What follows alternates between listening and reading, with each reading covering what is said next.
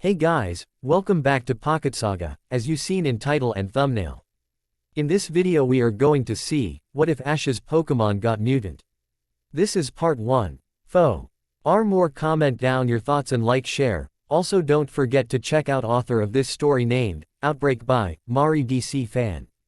All details in description. A young teenage boy, around the age of 17 was sitting in a cave with a yellow mouse to keep him company for the time being. He had raven black spiky hair and brown eyes. His clothes consisted of a black and red hat with a green pokeball on it, a blue sleeveless hoodie with gold trim and white hood, a black short sleeve undershirt with a red stripe, black fingerless gloves with light green borders, light blue jeans with knee stitching, and blue sneakers. His companion, as stated earlier, was a yellow mouse. It is covered in yellow fur with 2 horizontal brown stripes on its back. It has a small mouth, long pointed ears with black tips, and brown eyes so dark they almost seemed they were black. Each cheek had a red circle that contained a pouch for electricity storage. It has short forearms with 5 fingers on each paw, and its feet have 3 toes. At the base of its lightning bolt-shaped tail is a patch of brown fur. It's called a Pikachu, one of many Pokemon that a trainer may catch. Pika, the mouse inquired, seeing his human partner staring at the entrance of the cave. The teenager turned over towards the Pokemon and lifted him onto his lap as he rubbed his hand on his head, earning a delightful cha tilde in the process. "Nothing's wrong, Pikachu, don't worry," he said sadly, and was soon lost in his thoughts. Ash's POV. As a kid, I used to think that the most terrible thing that could happen was death. I mean, everyone will die someday, including myself. It's the way life goes after all, but I was wrong. When I was younger, I would sometimes watch some of those lab experiments gone wrong type of movie with Gary Oak. The movies would be about an experiment that goes wrong, and due to this it would cause chaos, as people would start to panic and try and do whatever they could to survive. Of course, the movie scared me and Gary. But at the time I thought all of this was only a fantasy and that something like this would never happen in real life. Boy, was I ever wrong. It seems that some things that you watch can come true, whether you want it or not. Everything just happened so fast. I don't think any of us expected this to happen. I didn't expect this to escalate like it did. I thought this would all blow away as time went on, but it didn't. Many people and Pokemon died because of this, and now there are only a few of us left who haven't been infected by this virus yet. There isn't even a cure for this outbreak. You're probably wondering what I'm talking about, right? Well, I'll start by introducing myself first. My name is Ash Ketchum. I'm from Pallet Town in the Kanto region and had a dream of becoming a Pokemon master someday. My first Pokemon was none other than the Pikachu currently on my lap that I got from Professor Oak. I traveled to many regions, captured lots of Pokemon, and competed in many league conferences too. The regions I traveled to were my home region, Kanto, then I went to Johto, Hoenn, Sinnoh, Unova and Alola. Before this whole crisis started, which I'll get into soon, I was in the Galar region with my friend Go and his Scorbunny. We had gotten some tickets to see the fight between Champion Lance and Champion Leon, which I add was awesome. To top it all off, I even got to battle Leon too, of course. I lost, but it was a great battle nonetheless. Things were looking great. Of course, good things don't always last. Everything started in Kanto, it seems. Go and I were supposed to go back the next day. But we stayed in Galar for 3 more days until we finally found out what had occurred while watching a news station in the Pokemon Center. At the time we didn't think much of it until news came on about what was happening back home. We were shocked, as was expected, and so was everyone else who was watching the news too. I can still remember it like it was yesterday when it happened a year ago. He had just lost a battle against the gym leader here in Cerulean City, Misty Waterflower. She was said to be one of the toughest gym leaders here in Kanto, other than Sabrina of course. Since lots say they end up losing against her more than once. Leafeon, the grass-type evolution, said sadly next to her trainer. He stopped his walking and sighed, "It wasn't your fault, Leafeon. The blame is on me. I guess I got so caught up in how we've been able to win every battle so far that I became cocky and overconfident. It caused me to lose sight of what was happening, and D also put you in serious danger with that fire-type attack." Her Gyarados seemed to have Maybe I shouldn't even be a trainer having made such a dumb mistake like that, he said, recalling the battle. It had been going pretty well actually. He had won against trainers who worked in the gym fairly easily with Leafeon. Of course when it came to battling Misty, that was a whole other story. She had sent out her Gyarados to battle against his Leafeon. Of course, he thought it would be an easy win since Gyarados was a water type, however, that proved to be wrong as soon the tables were turned. He had managed to get a few hits on the water type, but nothing seemed to work. Things proved to be even more difficult when Gyarados started using flying type attacks, but of course, being the overconfident trainer he was at the time, he brushed it off and continued battling. Misty had tried to warn him about stopping the match, but he said that they weren't going to give up yet. Misty turned away as Shish. He warned him to stop before Leafeon got seriously hurt, but he ignored her again and was about to call another attack when Misty ordered a fire-type attack. He had no chance of telling his Leafeon to dodge and watched as his partner got hit by a powerful flamethrower. I tried to tell you to stop, but you wouldn't listen. It's because of your stubbornness that Leafeon got seriously hurt. A trainer needs to know when to stop, even if it costs them the match. Your Pokémon is more important than a dumb badge or league, she had said before he rushed off to the Pokémon Center. Nonsense boy, a male VOICE said as both trainer and Pokémon jumped up surprised to hear someone else in the forest with them. One mistake and you're ready to give up, said the voice as both the teen and Pokémon could see the new person now. He seemed to be around 30-ish and had a lab coat on. He wore a pair of glasses, had very dark blonde hair as if it were turning brown and blue eyes. Who are you? Asked the teen as his partner got into a battle stance in front of her trainer. Someone who may be able to help you out.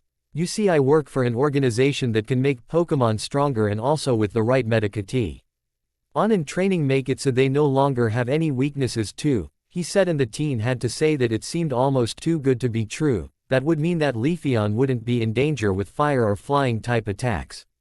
But still he was suspicious and didn't want to take any chances just yet. How do I know that what you're saying is true and not some made-up thing to try and steal my Leafeon? He said seriously with Leafeon hiding behind him, but still ready to attack should her trainer command any. The man laughed and placed a hand on the teen's shoulder. I assure you I am no Pokémon TEF, he said, but still saw the disbelief in the teen. How about this? I'll give you my card and let you think about it. I'll even let you watch everything if you're so worried about something happening, he said and gave the boy his card.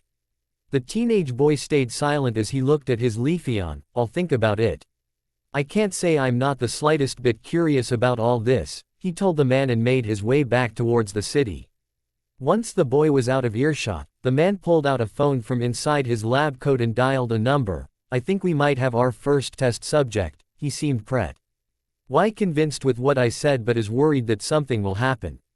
I want all of you to double check everything since I invited him to watch everything, he told the person on the other end and soon left the forest himself. 5 days later, the teenage boy and his Leafeon stood in front of the building the card said to go to. From the outside, it looked like any other building and didn't seem to Avenue any evil organization vibes as he thought it would have. He turned towards Leafeon and sighed. Ever since they had encountered that weird man, Leafeon had done nothing but distance herself. She barely ate, slept or even played with his other two Pokémon. He was starting to get worried until one day she walked up to him with the card he had gotten the other day in her mouth. When he had asked her why she had it on her, she pointed to it and then herself as he got the point of what she was saying. He hadn't wanted to do this at first, but after much persuading from Leafeon, he agreed and soon he found himself here. You're sure you want this? He asked her as Leafeon nodded determinedly as he sighed and opened the door of the building. Hello. Is anyone in here? He asked as he walked arrow. Looking at the various charts that showed a Pokémon's weakness and their strength. He didn't have to wait long as a young female adult around 20 or 21 walked into the room and seemed surprised to see someone inside the building. I'm sorry if you waited too long. She apologized as the teen stared at her and noticed her name tag said, Sarah. She looked to be one of those people who allowed a person to come in or not.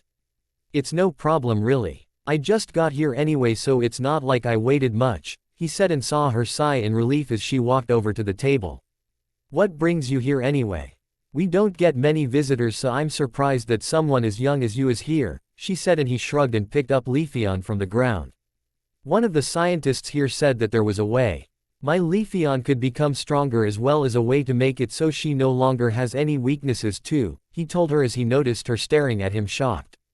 So you're the boy that Rick was talking about the other day, she said and smiled as she pointed down the hall. You'll find him in the 5th room to your left. I hope it goes well, she said as the teen nodded and was about to leave until he heard her voice again. By the way, what's your name? She asked curiously as the teen turned towards her and sent a small smile her way. It's Connor, he said and walked over to the room that Sarah had indicated. Well, this is Leafeon, no turning back now I guess, he said and knocked on the door. He heard some people talking inside and soon he noticed the person who opened the door was the same person who had given him the card. I'm surprised to see you. I almost didn't think you would accept, he said, actually surprised. Connor laughed lightly. To tell you the truth, it was Leafeon who convinced me. She and I both want to get stronger. And I guess we'll take any help we can get. I'm honored that you trust us. I assure you nothing will happen. I didn't introduce myself the day we met. My name is Rick. A pleasure to re-meet you, he said as Connor nodded. Nice to meet you, Rick. I'm Connor, from Eterna City in Sinnoh, and you already know my partner Leafeon, he said, and Leafeon smiled happily as she said hello too. You must be curious how all this will work. Basically, you'll be here for 1 week in which we will be monitoring Leafeon. You'll be allowed to be with her the entire time, except we. And it's time to give her the medication required to give her full potential and get rid of her weaknesses. Are we in agreement? Connor looked at Leafeon and she nodded. Deal, he said, not knowing that he and the scientists just made a terrible mistake. 1 week later, the day the virus is released, Connor stood with the rest of Rick's staff in front of a glass case where Leafeon slept peacefully. It had been agreed that they would inject her with the potential enhancer first and then the weakness removal after. It's going to be alright. We've run multiple tests online and all came back positive. Rick said as he noticed the worried expression on Connor's face.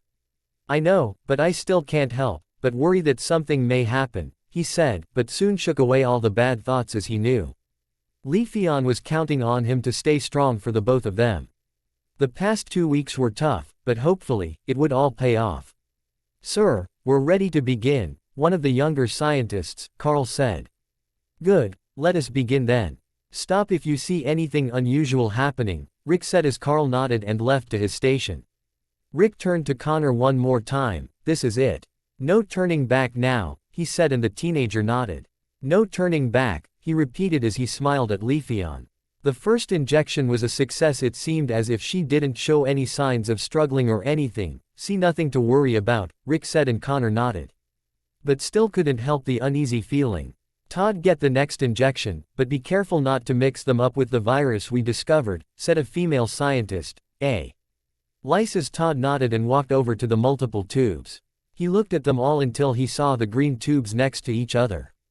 He nervously looked at them, trying to figure out which one was the correct one. The darker one or the lighter one? Todd. Today please, Alice called as Todd sighed and grabbed the dark green tube and gave it to Alice, who didn't check to see if it was the right one.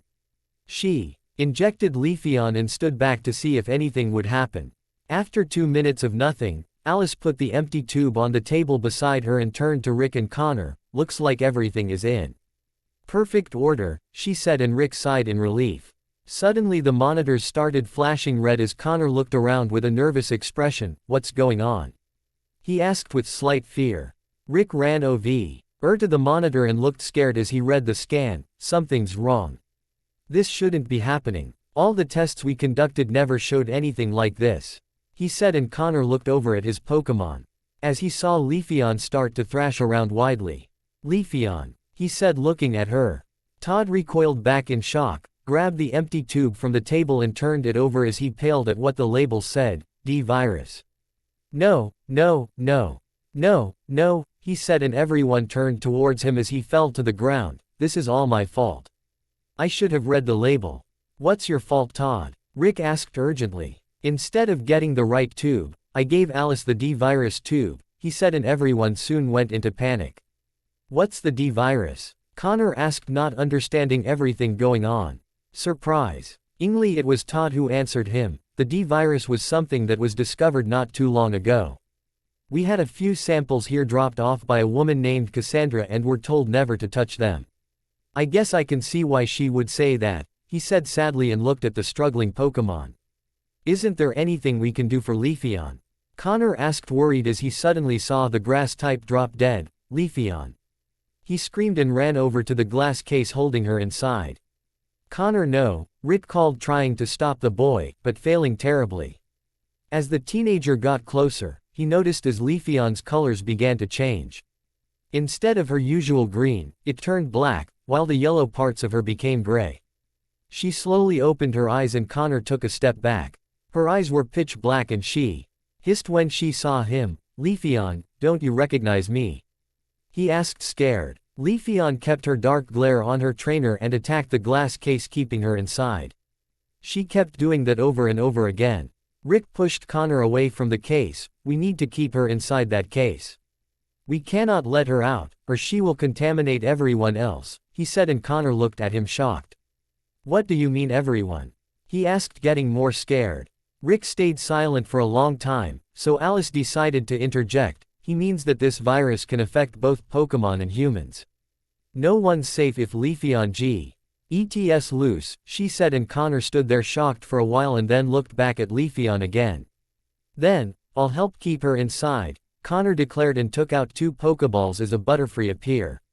Ed and Emerald, we need to keep Leafeon inside no matter what. Don't hesitate when attacking her, he said as both Pokemon looked over at their teammate and understood the seriousness of the situation.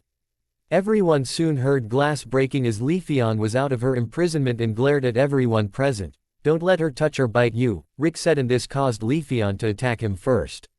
He was able to evade her. But that unfortunately caused some of the D-virus tubes to fall to the ground and break.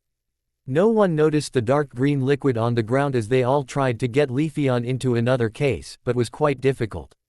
Leafeon, return, Connor shouted as he pointed her Pokeball towards her, only for her to appear near him in a flash and bite his hand hard. This caused him to drop her Pokeball and cradle his now bleeding hand as he dropped to the ground. Connor, Rick said, and ran over to the teen. No, you said that if she bit us or touched us we would be contaminated too.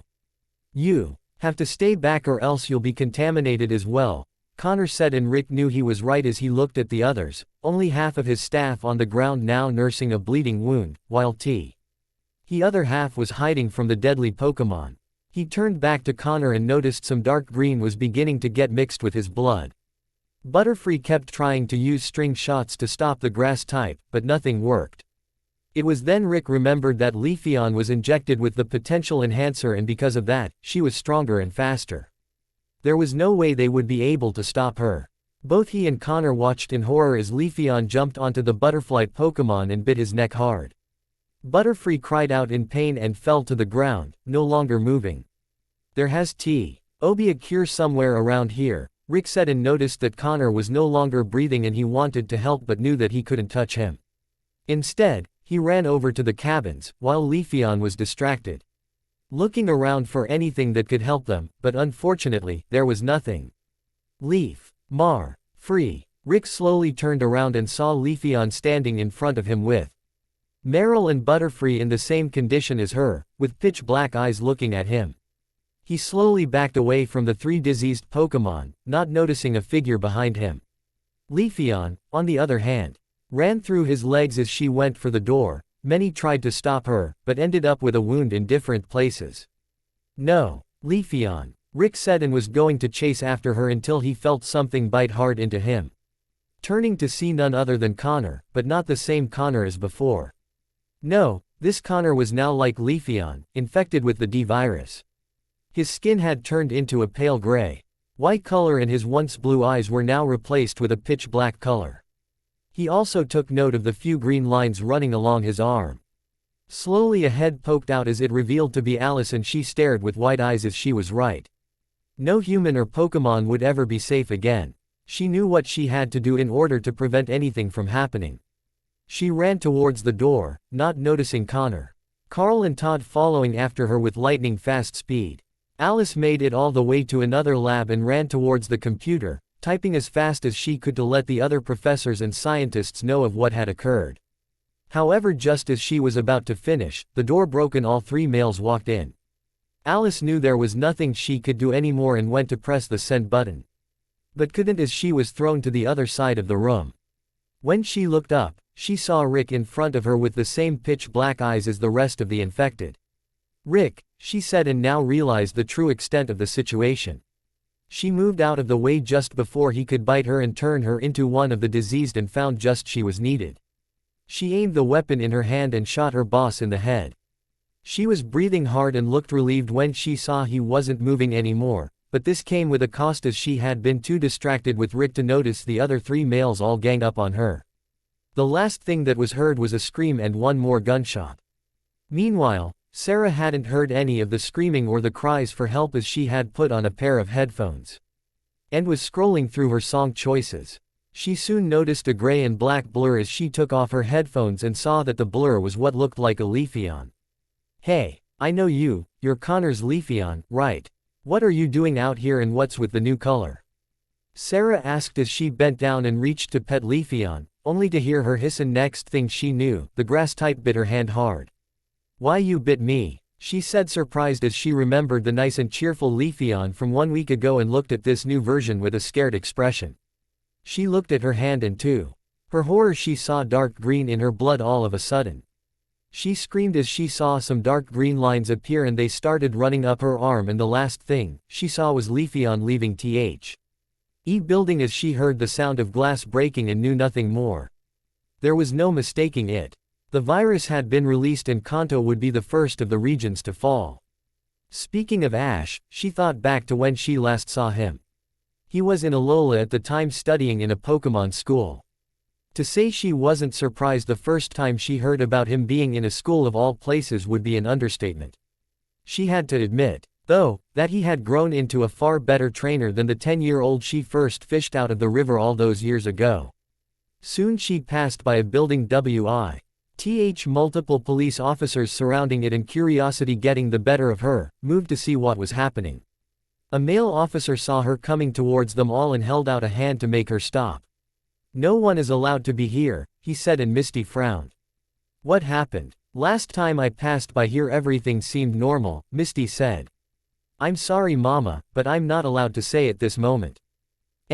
One of us know what actually happened," he said, half serious and half hesitant. "Well, tell me what you do know. I'm the Cerulean City gym leader and should at least get to know a little of what's going on here," Misty said with narrowed eyes. She was not planning on backing out and going home when something was clearly happening. The officer sighed, but knew better than to disagree with a gym leader.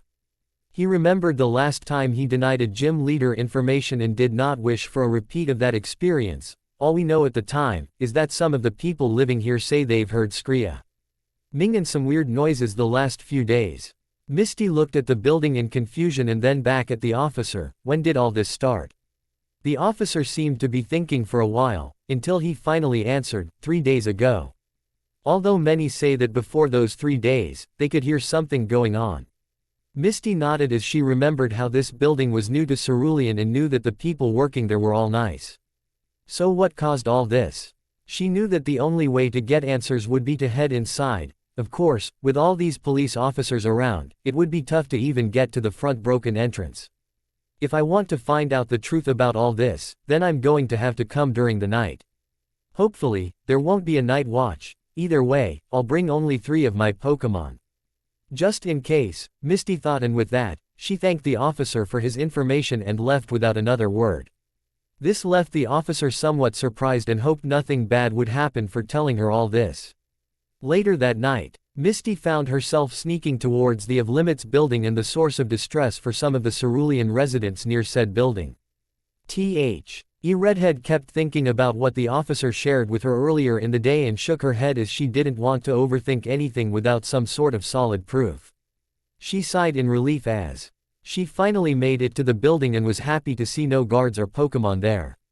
This made her plan much easier as she continued to stick close to the shadows, since you can never be too sure. She finally made it to a broken glass window and carefully made her way inside. She noticed everything seemed to be quiet, but she couldn't let down her guard just yet. Misty slowly took out a flashlight. ND saw that the main entrance was a complete mess, as if a battle had happened. The main desk was broken into multiple pieces, glass was scattered across the floor with specks of blood and weird glowing green substance as well. Misty felt like this was a haunted house, with a couple of ghost Pokemon playing some pranks at night, but she still felt uneasy about all this and might admit that maybe coming here was a mistake. Of course, she couldn't just leave without some more info that may be able to help. Misty sighed and made her way even deeper into the building. She noticed that the deeper she went, the more uneasy and scared she got. It was as if someone was watching her from afar and was waiting for the best moment to strike. Misty decided to let out 3 Pokemon that she'd brought with her. If only to help calm her down somewhat. Staryu, Starmie and Corsola, Misty whispered as all 3 water types appeared before her and took note of where they were. All 3 felt what their trainer felt, uneasiness and fear. They wouldn't let that stop them, however, from protecting their trainer from any harm that may come toward them. Misty took a deep breath and then bent down towards her Pokemon. She explained to them the same thing that the officer told her and how she wanted to find out the real reason, since it felt that there was more to the story than the officer had led on.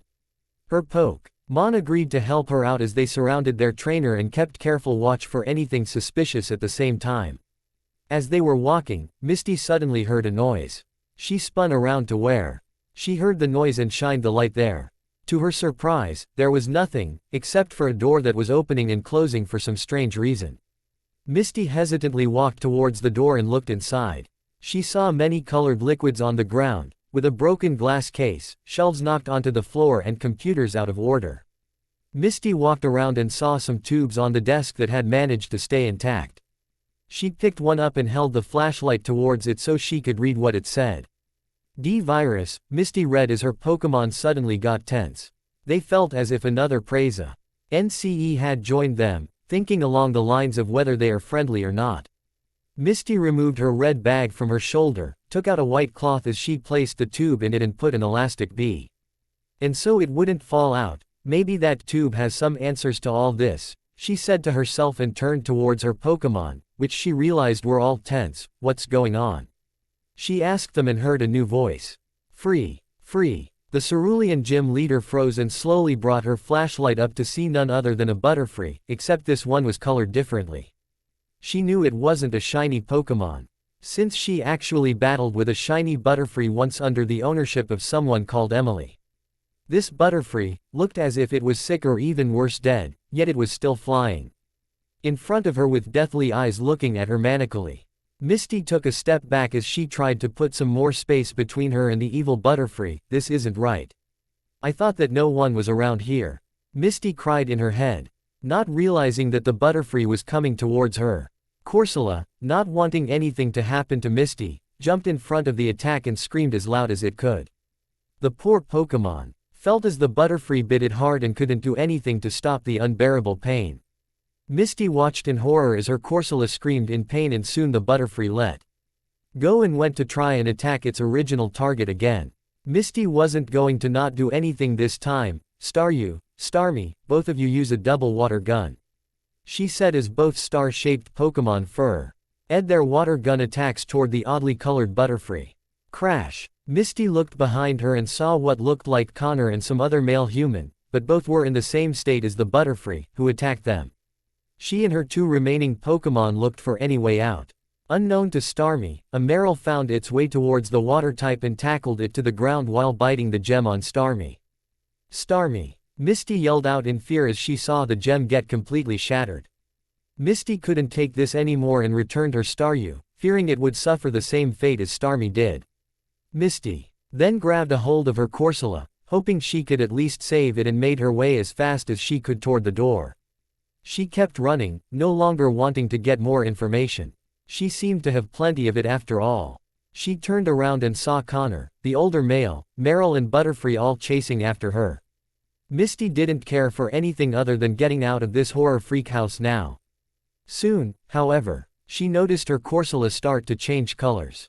Her face became pale, as it had the same color as the Butterfree and Marill did. She felt it wake up and jump out of her arms as it growled at her. Misty hesitantly took a step back. Corsola? She asked, and the next thing she knew, Corsola forced her teeth into her trainer's leg. Misty cried out at the pain. This muse have been the same pain that Corsola felt, and soon she fell to her knees. The poor redhead slowly got onto her knees and made her way over to one of the rooms. She made her way behind a counter and hid there. Misty could feel herself breathing in and out very fast. She searched through her bag and she found what it was she was looking for, her poke gear. She dialed the first number she saw and waited. Misty hesitantly looked from behind her hiding spot and saw that no one was there, for the moment at least. She knew she had to act quickly, fearing that she would soon become like Connor and those other people. "Hello," said a voice. "Brock," Misty said in relief. "Misty, what happened? Are you all right?" Brock asked, sounding concerned. "I don't know, Brock, something's happening here in Cerulean. And it's affecting both humans and Pokemon alike," she said, and stared at the bit mark her Corsola had done. It had started to bleed with some green specks in it, and she could see some glowing green lines rising up her leg. "Misty, you're scaring me. What do you mean it's affecting humans and Pokemon?" Misty could feel herself start to feel dizzy and knew she probably didn't have much time. "Brock, I mean that no human or Pokemon is safe anymore, and I'm one of the victims," she said, and her eyes started to close. "Victim? Misty, Misty," Brock yelled, but it was no use. Misty was no longer conscious or the same redhead he once knew. Meanwhile, in Pewter City, after Misty called, Brock couldn't help but panic. One of his first friends had just called him and sounded like she was scared to death. Something was clearly happening in Cerulean, and whatever it was, it sounded terrible. All Brock wanted to do was rush over toward the red-haired gym leader, but knew he needed a plan in order to help Misty out, that is if she was still alive. Brock made his way out of his room and grabbed his old traveling bag from the living room. He started to pack for a trip towards Cerulean. He didn't care if it was well past midnight now. Misty needed him, and that was a good enough excuse for him to get up and about. He went over towards where he kept his Pokeballs and decided he might as well bring a full team, especially since he didn't know what it was he was dealing with after all. Once he was sure that he had everything, he left a note for his family, telling them not to worry and to wait for his return. He made his way out of the Pewter Gym and onto the road towards Cerulean City. His mind was elsewhere, however, as he thought about what Misty had told him before she suddenly stopped talking. How could something like this happen, and how could no one have heard of this either? While Brock was lost in thought, a Pokemon followed him closely. It was none other than Connor's Leafeon, the first infected. It had already contaminated many wild Pokemon, and Brock would be the first human she has encountered since she escaped that god-awful prison. She waited for the best moment to attack and kept her distance somewhat. Leafeon, after a while of walking, had enough and jumped in front of the former gym leader. Brock soon realized the Pokemon in front of him and frowned. He saw the odd Colo urring on it and tried to remember if any Pokemon had a coloring similar to this. However, nothing came to mind, and as such he decided he should check this out. Brock removed his bag and took out some Pokemon food, specially made for grass types. He opened it up and allowed some of it onto his hand. He held out the hand with the food for the Leafeon to take, not knowing how he might have sealed his fate. Leafeon licked her teeth and decided to play it smart. She ate the food, not at all feeling any flavor whatsoever, and then looked as the human before her retracted his hand. He put away the Pokemon food in his bag and went to go and pet her. Leafeon, however, didn't want this, and as such she bit his arm hard. Brock felt the teeth of Leafeon on him and shook the grass type away. He once again got his bag off his shoulder and took out a cloth to stop the bleeding. He tied it up and looked at where the Leafeon was, only to discover it gone. That was one weird Pokemon. Leafeons have been known to not bite people. Why did it bite me then? Brock said to himself, but decided not to think of it too much. After all, he still had to head over to Cerulean. Of course, Brock unfortunately wouldn't get to Cerulean, as he would find himself unconscious in the woods, and when he woke up again, he would no longer be the same as he was before. A week has passed since the outbreak in Cerulean City, and the virus was slowly spreading around in Cerulean, and unfortunately no one knew of what had occurred, since no one was allowed in there anymore, which made many become confused once they heard that Cerulean was closed. Of course, This didn't mean that the virus was gone. No, on the contrary, it was still spreading due to both Leafeon and Brock being out in the open.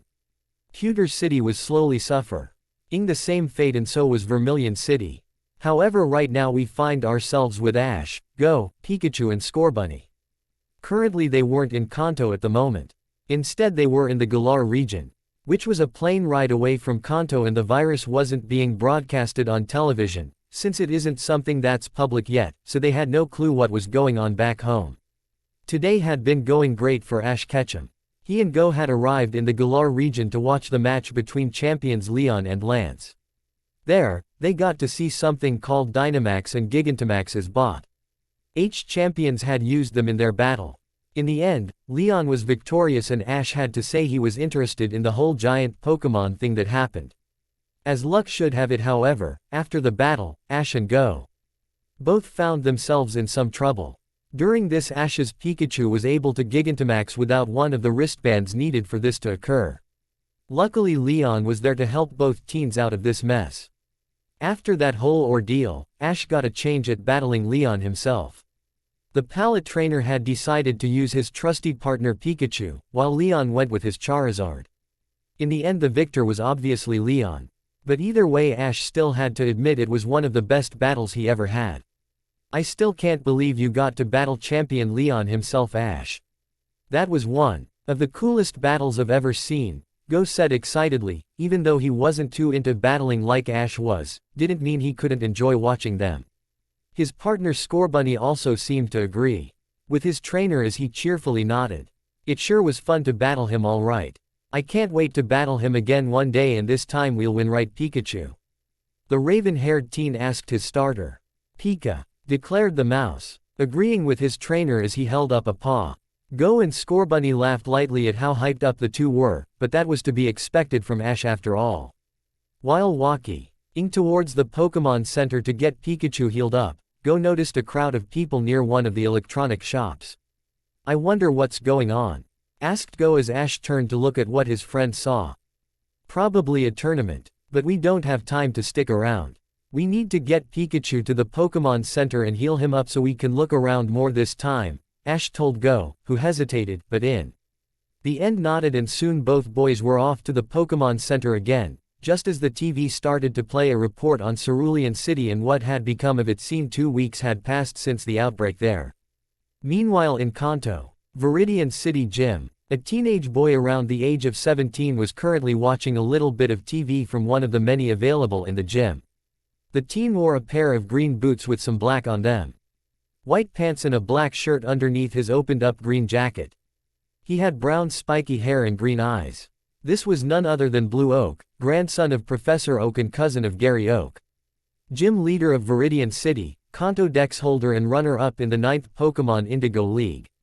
Suddenly the TV started playing a news report about Cerulean City with a young woman named Donna reporting at the scene and how no one was allowed to enter due to a number of incidents happening there. The teen looked at the TV in disbelief, but soon realized that they were serious as a picture of Cerulean was seen. The city looked as if it had in a terrible fight and seemed to be completely deserted. Glass windows were seen to be broken in multiple areas. The Pokemon Center looked as if it was no longer operating. Many buildings looked to be in bad shape, and one of the fountains was shown to have a sick red and green color, instead of its clear blue color as usual. Blue turned off the TV. Not wanting to watch any more of this, he sat down on one of the chairs and sighed. He couldn't believe what had happened. He had visited Cerulean City 3 weeks ago and everything had been running smoothly. Whatever had caused this, it better be gone, or else everyone would suffer the same fate as Cerulean did, something Blue didn't want to see happen anywhere else. His thoughts, however, re-interrupted by the approach of one of the many assistants in the gym. Sir, a new challenger has arrived and wishes for a gym battle. The brown-haired boy nodded and got up from his seat. All right. I'll be there in 5 minutes, Blue replied as the assistant nodded and left, leaving Blue to his thoughts once more. However, the 5 minutes went by too quickly in his mind, and soon he found himself facing the challenger. Hopefully a gym battle would help lift his spirits and make him forget about what he had seen. Once this gym battle was over, he would call Red and tell him the news, since he probably had no way of knowing. Between Johto and Kanto Sky, later Indigo Plateau. Lance sighed as he ran a hand through his red hair and thought back to what Agatha had told him. Cerulean City reeked and looked like a ghost town. He didn't know what to make of this or what could have possibly happened either. It was hard to believe when he heard it, but that was before he had seen the news report and rushed out of the Pokemon Center. Dragonite looked at his trainer, who held a hard expression on him. The dragon type decided to continue his course towards Kanto, knowing it was urgent that Lance get there soon. Soon after an hour of flying, Lance finally saw Indigo Plateau and commanded Dragonite to land near the entrance. Once landed, the dragon trainer returned his Pokemon and made his way towards the League building. Mount Silver. Everyone who climbed up the mountain knew of the mysterious trainer who trained up here.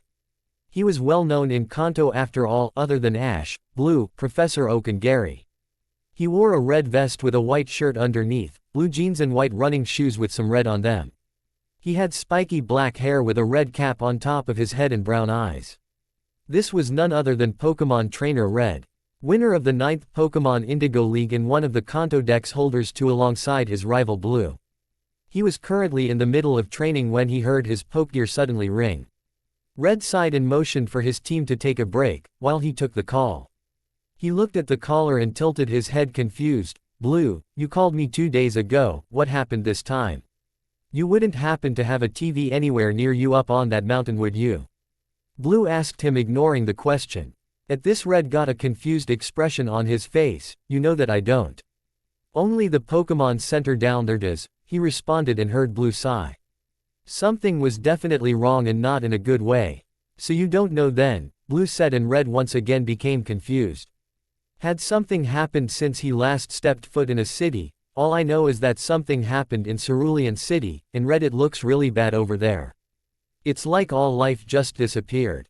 The whole city is a mess, with many buildings destroyed and some weird glowing red and green specks here and there." "What be, but how is that possible?" he asked his longtime rival. "I don't know, ally, I only just found out myself today before I had a challenger. She was kind enough to tell me that she had been in Cerulean 2 weeks ago and heard from many of the residents there that they had heard screaming coming from one of the research areas multiple times." The red-themed trainer couldn't believe the information he was getting. A city destroyed, screaming from a research building, reside. NTS missing or dead. It was all too much, especially since the gym leader there had been one of his friends too. I have to go say. "No, Red, no one is allowed in there anymore. It's been blocked off to people.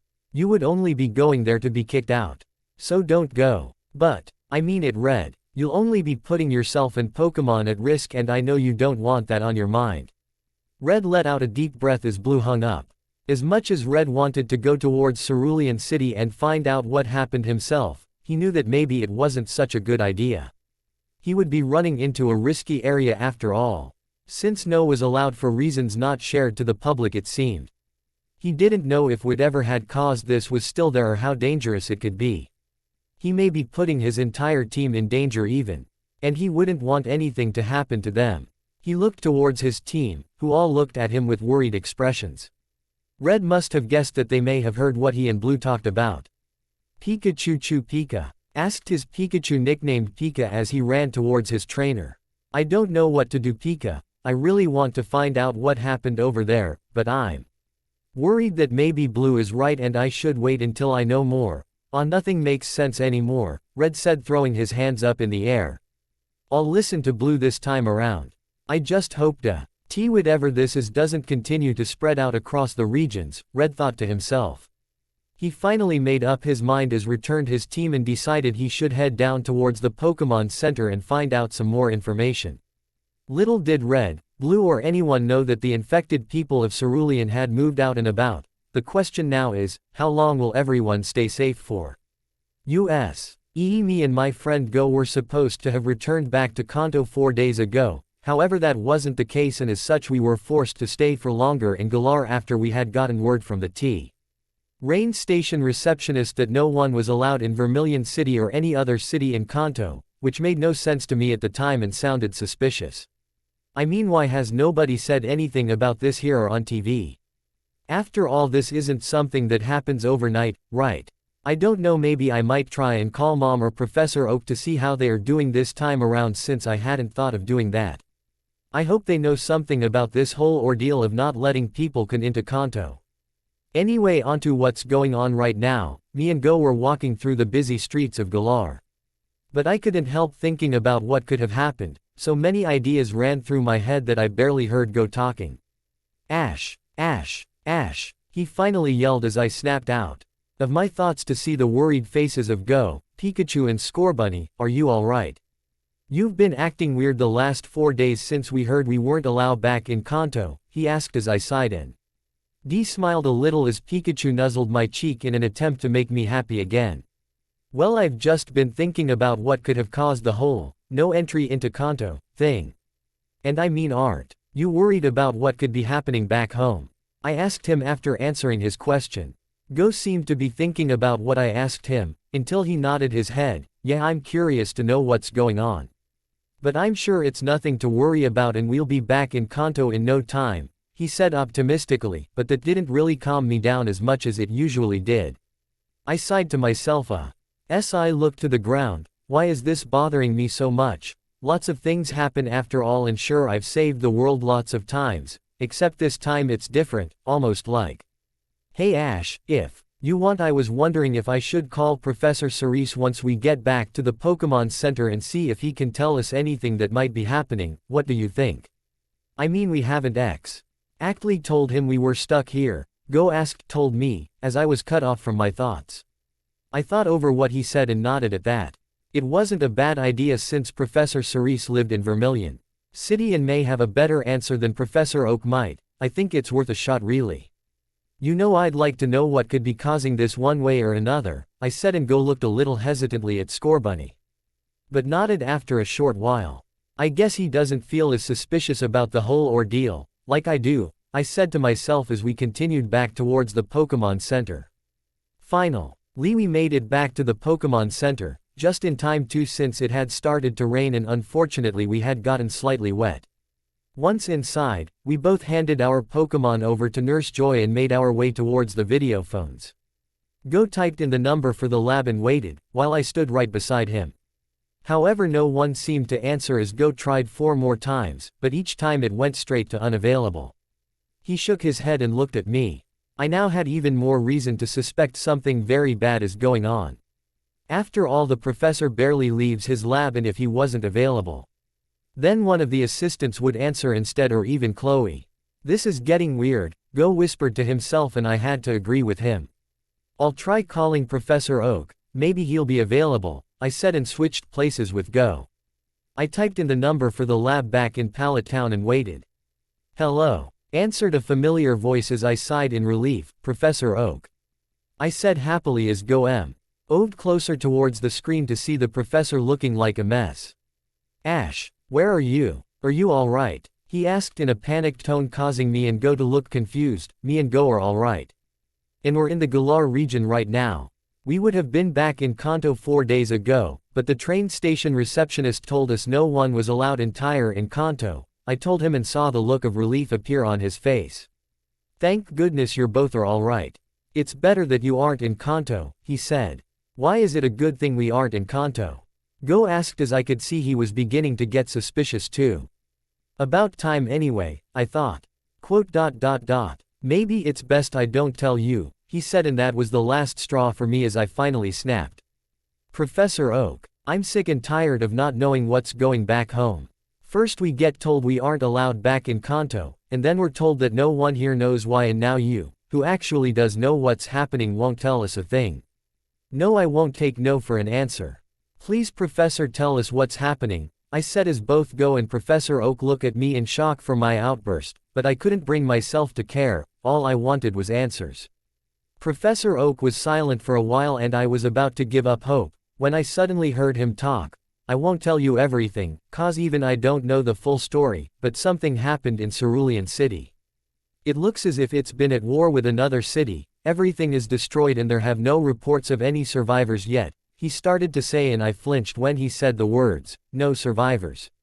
Some people who passed by Cerulean before this happened said they heard weird noises coming from one of the buildings, while others heard screaming instead, and worst part is, that it's happening in both Pewter and Vermilion City as well. Due to this, Lance and the Elite Four thought it would be better if no one were to come in or out of Kanto, or else it may spread to the other regions. Both me and Go were silent as we took in what Professor Oak had said. Does anyone know what started this whole ordeal? Go asked, trying to hold back his emotions and not make a scene. Professor Oak shook his head. Sadly, no one has been able to find any evidence on how it all began. That's why no one outside of Kanto knows about this except that Cerulean City has been destroyed. It only just got more serious due to Pewter and Vermilion suffering as well, and because of that no one outside of Kanto is to know of Vermilion or Pewter, since that will create panic. But what if whatever started this decides to spread outside of Kanto, then the other regions wouldn't be prepared to handle it and will only cause more cities and people to fall victim. All because no one wants to share information or cause a panic. People will panic either way, I said in a serious tone, and noticed some passing trainers look over at us confused, but went back to doing whatever they were doing. Professor Oak sighed. I know it is frustrating, Ash, but there is nothing we can do. I'm sure that the government and the League will be able to stop it soon enough, he said, but I found that hard to believe, since it seemed the so-called government and the League had no idea on what to even look for. I wish I could have given you better news, Ash, but now I've got to go and help Tracy out with the Pokemon. They've started acting uneasy, and that's making me wonder if that thing will reach Pallet Town soon. Professor, please be careful and take care of my mom, I said in a worried tone. Nayan saw the professor nod as he turned off the video phone. I just sat there in complete silence, Go also not saying a word. Ash, I'm sorry for blowing of your suspicion when you voiced it before. You were right. Something bad is happening and I don't know there is any way out of this, Go told me, and I didn't know what to even say, since I didn't have an answer either. For now I could only now wish that Brock, Misty and their family weren't caught up in that mess and that they were able to get out safely and are in a secure area. I looked over at Go and knew he must be thinking the same about his parents. Chloe and Professor Cerise. I only hope that this doesn't get any worse than it already is and stops from spreading towards the other regions, or else it might be the end. Meanwhile in Sinnoh, Hearthome City.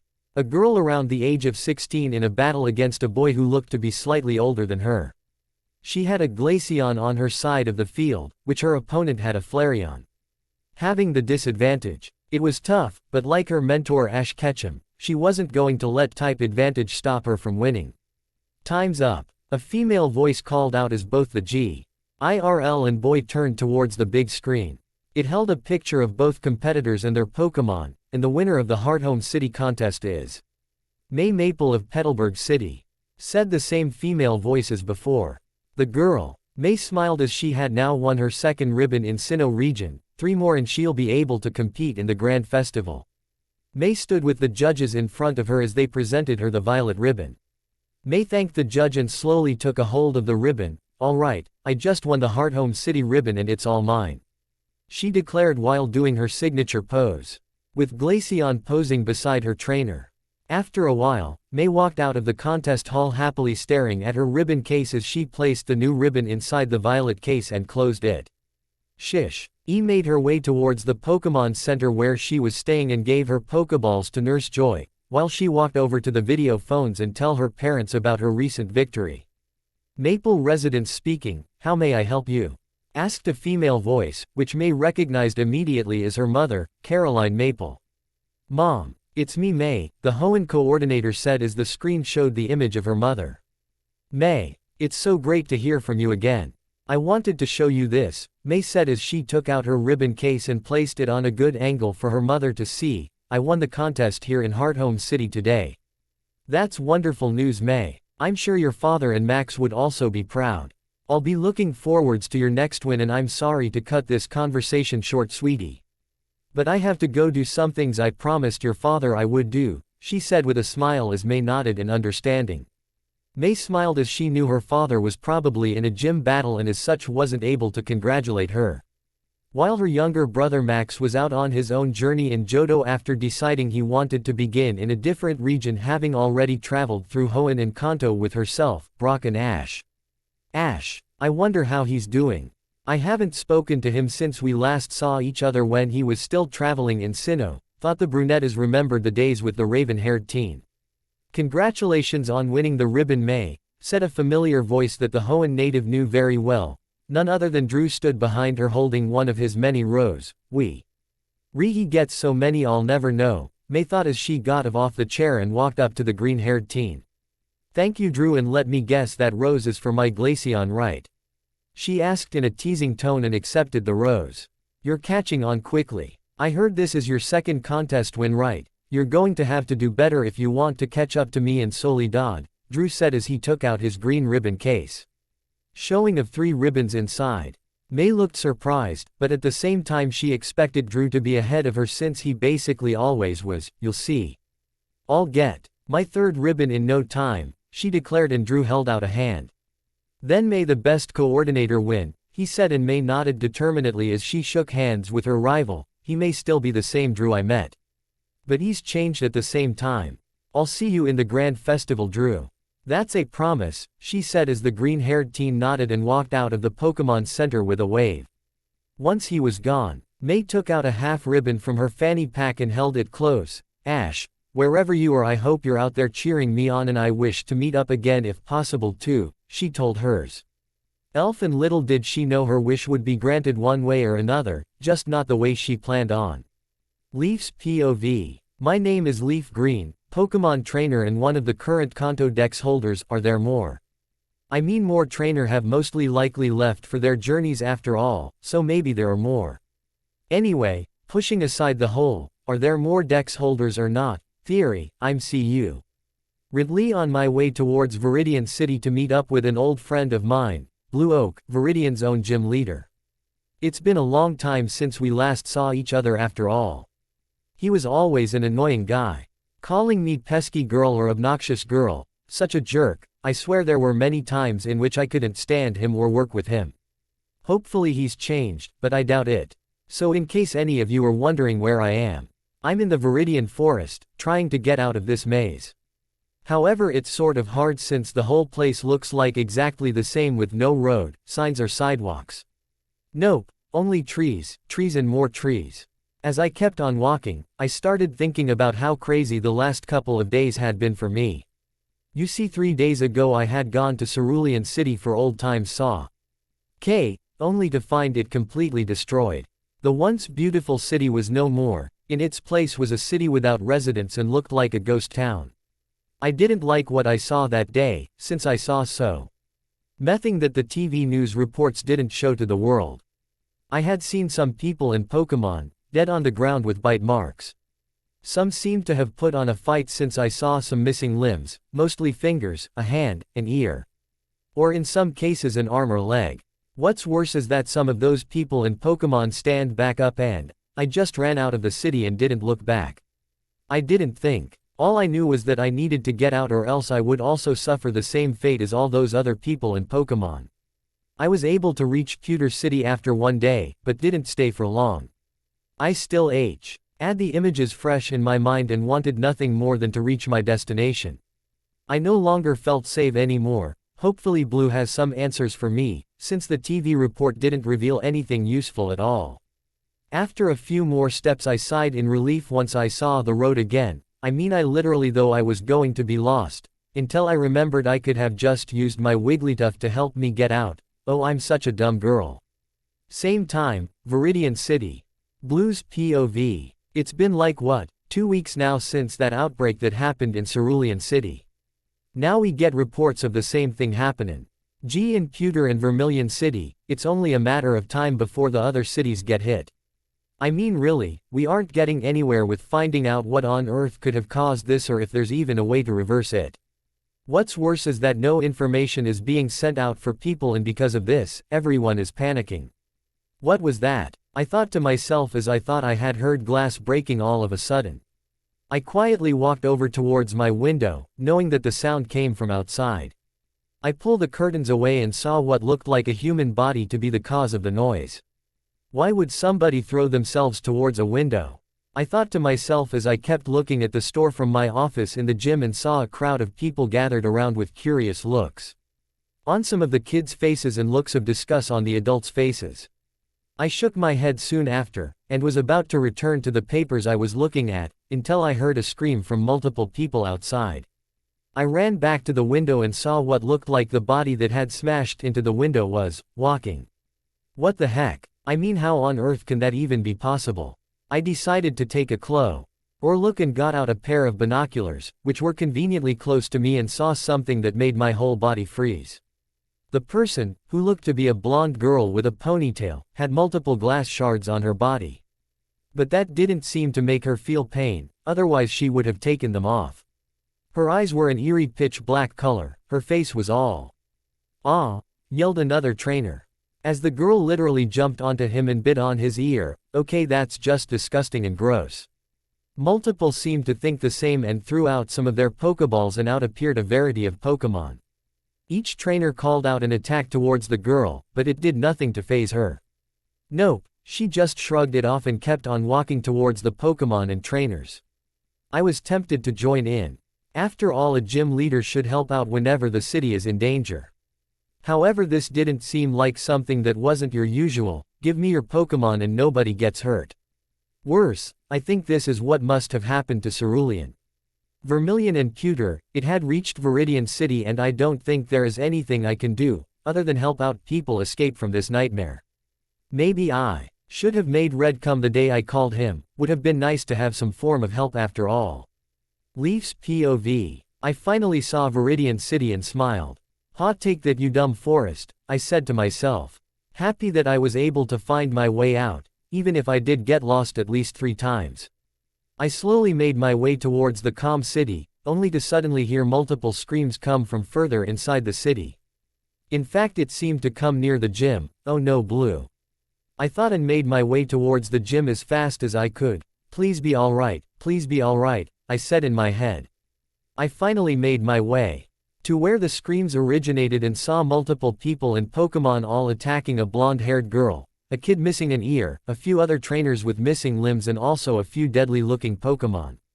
Watching the scene in front of me made me suddenly find myself back in Cerulean City, where I saw a similar scene and just froze up on the spot. Leaf, look out, yelled a familiar voice, but I felt like I was rooted to the ground, and try as I might, couldn't get out of the way as one of the dead-looking Pokemon started making their way towards me. Luckily something or someone pushed me out. The way as I saw the Pokemon creep up on an unsuspecting trainer, as suddenly I heard a scream, which snapped me out of my shock. Blue, I said in surprise as I saw the brown-haired gym leader on top of me. He got of me and pulled me back up onto my feet. You shouldn't freeze up like that. You could suffer like them, he said, and pointed at a group of teens and adults who just lay there motionless. This is just like Cerulean, I said softly, and Blue looked at me. You were in Cerulean? He asked me, and I nodded slowly, trying to get the images out of my head. Come on, Leaf, you're stronger than this. You were able to get over your fear of birds. Something like a few dead-looking Pokemon and zombie people shouldn't scare or traumatize me. Leaf, come on, Blue said as I realized he had started walking away, and I ran up to catch up, carefully making sure not to get near any of the motionless dead bodies should they wake up. However, a few steps later, Blue suddenly stopped walking and held out an arm as I stopped as well and looked at him in confusion. Look, was all he said, and pointed forwards as I turned my head and saw a young 10-year-old trainer lying next to his Totodile. Both were breathing hardly, and I wanted to help them out, except I saw the glowing green lines moving up the Totodile's neck and on the boy's left arm. That told me that they were infected and would slowly become like all the other zombie-like victims. We need to get out of here, I said softly, wanting to get out of Viridian and not see any more young or old trainers get infected. Blue seemed to be in agreement with me, but had a troubled look on his face. Trouble with that is that Kanto is under lockdown. Leaf. No one can get in or out. I felt like all hope was now lost. I mean, if Kanto was under lockdown like Blue said, then there would be multiple guards that are near the airport and no ferries or boats available for travel. Then, what will we or really anyone else who isn't infected do? I asked him with a worried face. Blue seemed to be at loss for words, and I wouldn't blame him if he didn't have an answer. I mean, nothing we do would matter. Those infected Pokemon just take hit after hit after hit. And to make matters worse, it doesn't seem to affect them in the slightest, not even a super effective move affects them anymore. Mount Silver, Blue suddenly said, and I look at him with once again a confused expression. I mean, why there of all places? Think about it, Leaf, there is no way any of those infected trainers or Pokemon could scale up that mountain with all those twists and turns. It's the perfect place to hide until we can figure out a way to get out of the region, he explained, and I had to admit, it seemed like the best plan. After all, not a lot of people are able to reach the summit of the mountain. Rai, cried out a voice menacingly, making me and Blue turn around slowly as an infected Raichu stood there looking at us with his deep pitch black eyes. Run. I asked, trembling in fear. Run, he said right back with a serious tone, and both of us took off like hyperactive kids trying to get to the next city in order to win a badge. I would have thought that the eclectic mouse wouldn't want to chase after us. But that didn't seem to be the case. No, instead, it seemed Raichu had set his mind on us as he started chasing us with incredible speed. Wait. Don't tell me its speed is also increased once infected too. We passed by multiple other trainers who seemed to have the same idea as us and started running away as well. I looked back and saw Raichu was now joined by a Pidgeotto and an Ariados. Just when things couldn't get any more worse for us, our luck seemed to have run out as we suddenly hit a dead end. Blue seemed to curse to himself for letting us get caught with no way out and turned back in time to see the group of infected Pokemon surround us. I guess the only choice is going to be to fight them off and hope that none of them get too close to us. I too out one of my Pokeballs and saw Blue do the same. Go Bloss, I started saying, only to get cut off as I suddenly find myself on a sticky spider web and stare at the incoming infect Ariados. Leaf, Blue, he cried out as he threw out his Pokeball to reveal his Charizard. However, both Blue and Charizard had their own problems to deal with as they were in a fierce fight against both the Raichu and the Pidgeotto. I only had one thought enter my mind: will this be the end for us? Leaf, Blue cried again as he saw the infected Ariados get closer towards the brunette. Blue turned back to see his Charizard, Scizor, Golduck and Machamp all fighting to their fullest against the infected army that had gotten bigger after Charizard had gotten annoyed and threw away the infected Raichu. Blue narrowly avenue. OIDED a Jigglypuff as he saw the Ariados just 2 inches away from Leaf. He suddenly heard a cry as he saw his Golduck go down, and before one of those infected Pokemon could bite his water type, he Kaylee pulled out the Pokeball that belonged to said Pokemon and returned him just in time too. Just when he thought it would all be over for Leaf, did he hear something unexpected. Robin, flame charge that Ariados! Yelled out a voice from out of nowhere as Blue saw a teen about his age with black hair and blue eyes suddenly land on the ground beside him. After that an Umbreon also landed on the ground with a Shuppet floating nervously down as well. Before Blue could even ask what was going on or where the teen even came from, he noticed the Ariados on the spider web suddenly get engulfed in brie. GHT Red Flames is the Pokemon who attacked. It was revealed to be a Fletchinder, flying and fire type native to the Kalos region. Robin, keep that Ariados away using long-range attacks if possible, the boy said as his Fletchinder. Nicknamed Robin nodded and used both a flamethrower and quick attack, while at the same time making sure to stay out of reach of the other infected Pokemon. Phantom, he suddenly called out as the dark type used a dark pulse to knock away an infected Houndoom. Quick, use Psychic and get that girl down from that spider web while we still can, he told his Umbreon, who nodded. Dead and used his Psychic to carefully get the brunette out of the sticky spider web. Once she was free, the dark type evolution placed her gently on the ground, just as his trainer shouted a different command for him to use. Leaf, I'm glad you're alright, Blue said as running over towards her as his Pokemon blocked any incoming attack. He held onto Leaf tightly as she was shaking terribly at the thought of almost becoming like one of those lifeless victims. I'm sorry I couldn't do anything sooner. I shouldn't have led us to that dead end in the first place, Blue apologized, not noticing the CK-haired teen command his Fletchinder over towards them. Leaf shook her head as she looked at him. Don't blame yourself, Blue. It's not your fault. I should have been faster and not have let myself get caught so easily, she told him, and suddenly realized something. Why were none of the infected Pokemon attacking them, or the rest of their Pokemon for that matter? Hey, less talk, more trying to escape. From here please, said the black-haired teen as both dex holders suddenly realized why the infected Pokémon hadn't attacked in a while. All of them, including Blue's Pokémon, were protected by a greenish barrier. With Umbreon being the one producing it, right, sorry about that. I should thank you though for saving me from that sticky situation, Leaf said as the teen sent her a small smile, happy. She was alright, of course now was not the time for talking and looked at them with a serious expression soon after. Do you guys have any Pokémon who can fly you out of here? He asked the Viridian gym leader and the brunette. Both nodded and got out a Pokeball each, good. Phantom won't be able to keep this up much longer, and if any of us wish to get out of here with our brains still intact and not become a lifeless zombie, then I'd suggest you both prepare yourselves for a quick getaway, he continued saying, and pulled out one Pokeball, returning only his Fletchinder as his Shuppet stayed out for some reason.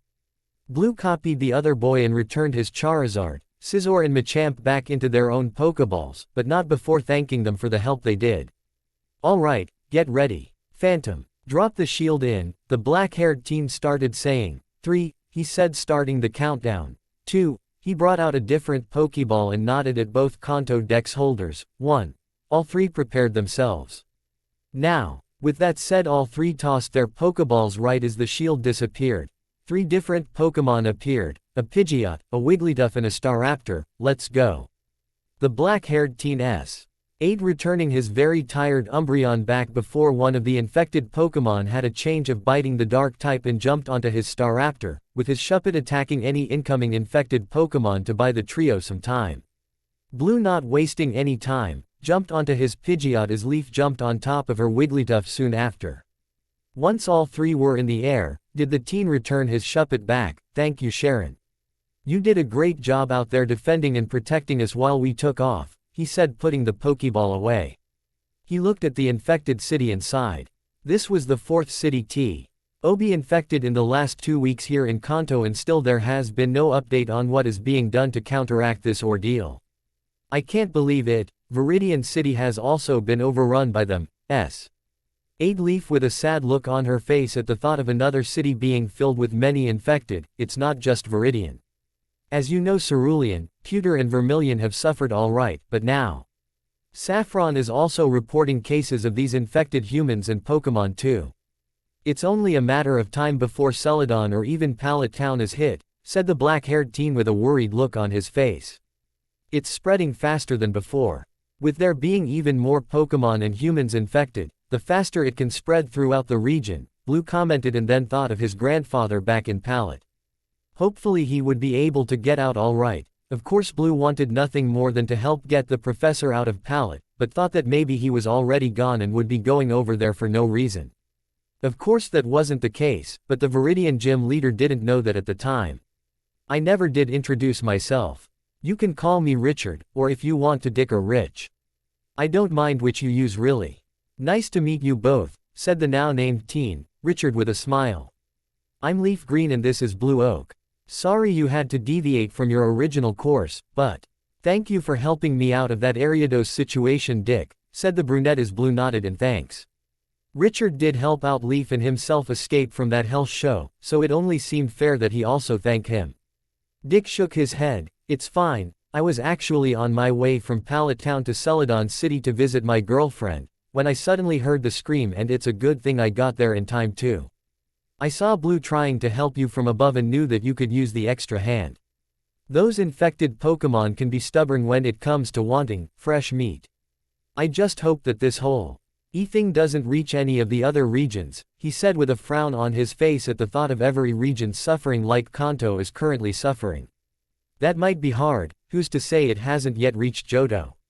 After all, Johto is the closest to Kanto, and as such, if the virus were to continue spreading, they would be the second region get it, Blue thought to himself, but decided against commenting this in fear that Leaf would start freaking out in some way or Dick would suck even more. After flying around away and getting a good distance away from the infected city, the trio stopped as they needed to split up now. Blue and Leaf waved goodbye to the black-haired teen as he went off towards Celadon in search of his girlfriend, while the 2 dex holders would go to MT Silver like they had originally planned before. Blue, are you really sure this'll be a good idea? Leaf questioned for the 5th time and Blue was losing his patience. However, he answered her nicely, yes. I am absolutely sure, Leaf. And even if there is some sort of trouble, those infected won't know what hit them. After all, I don't plan on going down so easily. I lost the Viridian gym and almost lost you too. I won't let myself lose anything or anyone important to me. I won't be caught off guard again either, he said with a very serious tone as Leaf stared at him for a while in surprise and a bit of admiration too. He's still willing to fight against something that may not be stoppable. I have to admit I wouldn't have thought of him as one to want to keep going, but still he surprises me at times. I'm just GLA.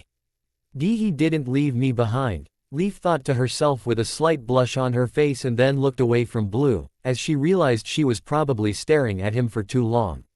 They both finally reached their destination without any problems, but will it stay that way or not? They were lucky this time with Dick rescuing them, but next time they might not be as lucky. Meanwhile in Celadon City, a young brunette girl with a Piplup in her arms was currently watching a news report at the Pokemon Center. She looked at the images being shown in horror, covering her mouth with her hand once she saw various dead-looking bodies of Pokemon and humans. Piplup had a similar reaction as his trainer once he saw the image too. We are receiving multiple phone calls coming from various witnesses who were last reported to have escaped Viridian City. This confirms for us that today another one of our many cities here in Kanto have fallen. Among said fallen cities are Cerulean, Pewter, Vermilion and now Viridian. If we follow this pattern, it will only be a matter of time before Celadon City becomes a victim. Pallet Town, be warned and prepare for the worst. This is Charlotte reporting from here in CE. Layton City, said the black-haired news reporter with a nervous and worried expression as the channel turned off. The girl, who was none other than Dawn Berlitz, couldn't believe how she hadn't heard of his while she was in Saffron the other day. Hearing the words Pallet Town made her mind immediately think of Ash Ketchum, who lived there with his mother, Piplup. We're heading to Pallet Town, she deck. Lorette as the penguin Pokemon nodded, already knowing what was on his trainer's mind. Both left the Pokemon Center soon after Dawn said this, leaving behind many worried trainers who had also seen the news report. Next stop, Pallet Town. Dawn hid behind a tree, trying to catch her breath. She had been on the run since landing in Viridian Forest a day ago. You see, after she had left the Pokemon Center in Celadon 3 days ago, she started walking towards Route 7, but then she remembered about how Saffron City was already also suffering like the other cities before it were. Due to this, Dawn called out her Togekiss and asked her if she could get a lift to Pallet Town.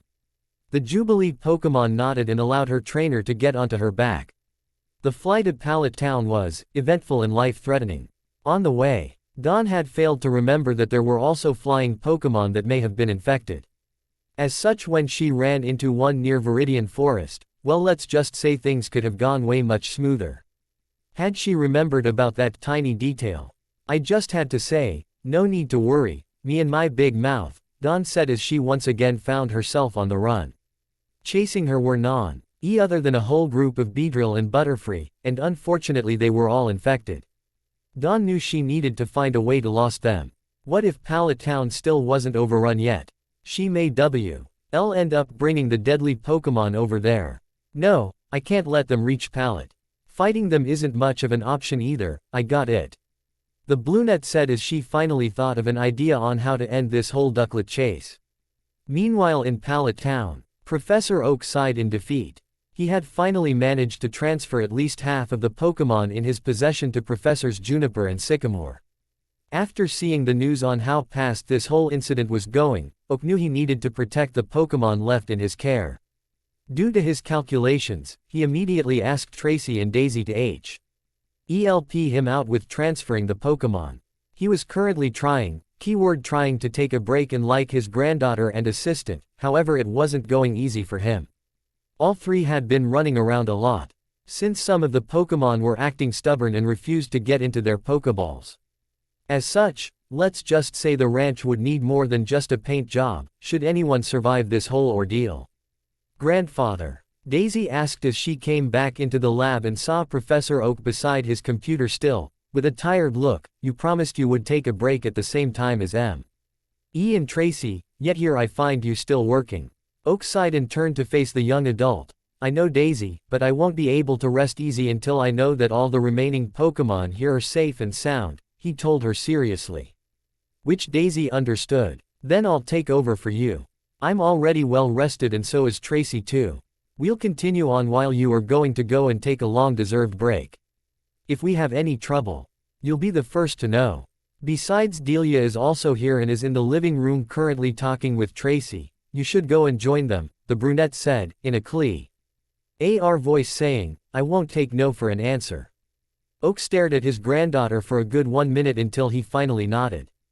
Daisy was right after all. What if he fell asleep or something while transporting the remaining half of Pokémon and they ended up in a daycare or gym instead? Alright Daisy, I'll go and have a nice cup of tea while I take my break. With that, Professor Oak made his way over towards the living room and like Daisy said, there was Delia with Mimi sitting next to her as he heard Tracy in the middle of a conversation. All three were drinking a cup of tea, well Delia and Tracy were at least. He walked over towards the trio and made his presence known. Well Delia, this is certainly a surprise. I wasn't expecting you until later today. Delia and Tracy both got up once they heard Oak's voice. The young woman sent the professor a warm smile. Oh hello Professor Oak. I'm sorry if I intruded on something important, it's just with all this talk about humans and Pokémon, and with Ash off somewhere else. It's perfectly fine, you weren't intruding or anything like that. In fact I was just on my way to take a break from all my work, Oak said as he understood what Delia was trying to tell him. Also the promise he made Ash the last time he spoke with the boy, still bounced around inside his head. Professor, please be careful and take care of my mom. Back with Dawn. The balloon, TTE, was on the brink of collapsing to the ground. She had finally lost the infected Pokémon a while ago, but wasn't too ready to let her guard down. After all, look where that had gotten her, chased around like a play toy. Currently she was sticking close to the shadows and bushes, so that she would be less likely to be spotted. Pip? Asked the penguin Pokémon sitting on Dawn's shoulder as he tilted his head in confusion at not seeing any houses or people yet. Alright, we should be near the end of this forest and be able to see Pallet Town soon, unless we're lost again and are now walking around in circles, Dawn said as she looked at the map currently in her hands.